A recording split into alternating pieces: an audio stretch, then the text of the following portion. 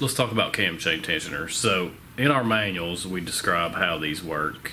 We get asked questions about them, but we thought we'd shoot a video just so you can visually see how they work and the job of them. Pretty much all 4-stroke engines are going to have some form of cam chain tensioner. This is a Yamaha TTR 110 engine, but this style of cam chain tensioner is found on many designs. In the early days, they were a periodic maintenance item. You had to actually adjust them from time to time. They'd get noisy. All stuff nowadays is going to be automatic for the most part. Even though it's automatic, unfortunately they do fail, and sometimes it's got a noise, there's some warning, sometimes they fail for no reason at all. But if you're dealing with a cam chain tensioner to take out a camshaft or do a top end job, whatever, you should pay close attention to it or replace it if it's a model that has, you know, a history of failure.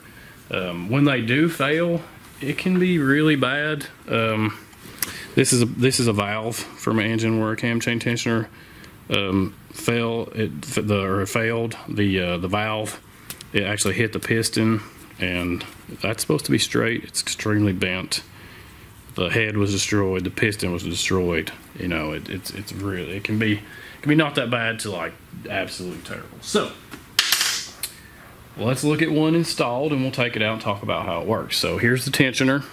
This keeps a specific amount of tension here, so this chain stays engaged on the sprocket here and down here on your crankshaft, and then your engine turns over. All good. So let's back these bolts out, and you can see the pressure with this one installed lifting itself up.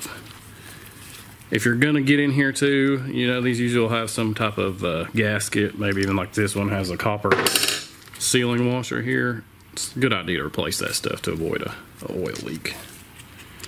So this, you take it out, it's now in its extended position here, meaning that it's putting the right amount of tension on here. So when you check this, what you're really looking for is if it wobbles around, if it's loose feeling at all, like a little bit of play like that is normal, but if it's kind of wobbling around, you know, be suspicious of that. The next check is to just physically push in on this plunger. It should not retract. Now that you've got it out, you've inspected it, just put this back in, and there's also another inspection item. You will usually put in a flat blade screwdriver, a tiny one, and you simply just wind it up. Usually it's clockwise to wind it in, and you'll feel the spring pressure as that plunger retracts. And most of these, when you get to the end, you don't force it, and you don't ever want to turn it the wrong way, because then you can damage it. It'll actually lock into place, and that locked in position is where you're going to reinstall it at. So you would put it back in, you put your bolts in, which we can go ahead and just do it so you can see that.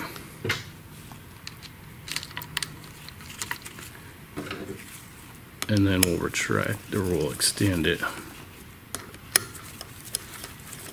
Now some of these you actually, there's a special tool that will go in here, it'll engage and hold it in position, or you just physically, if you don't have the special tool, you just have to hold the tension on it while you're installing it. It's a little trickier, but you can totally do it. So now that that's installed, we'll turn it back, boom.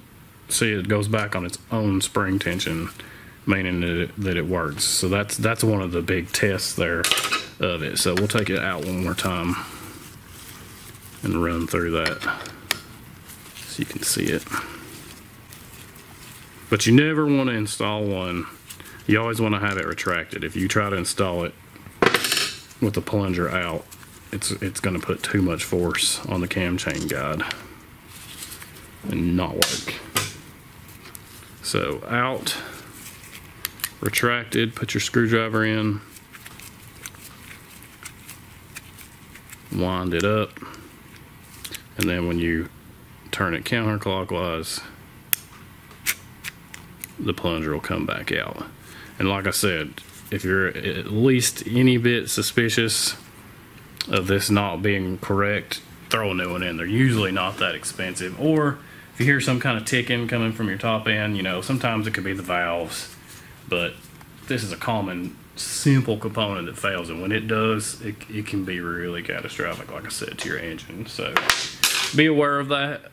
We'll put that video in our free common service manual you can find at cyclopedia.com. If you want to check that out, there's all kinds of stuff in there, and we're building it out as we go, and all these videos we make will be in there organized in the right categories, so feel free to check that out anytime.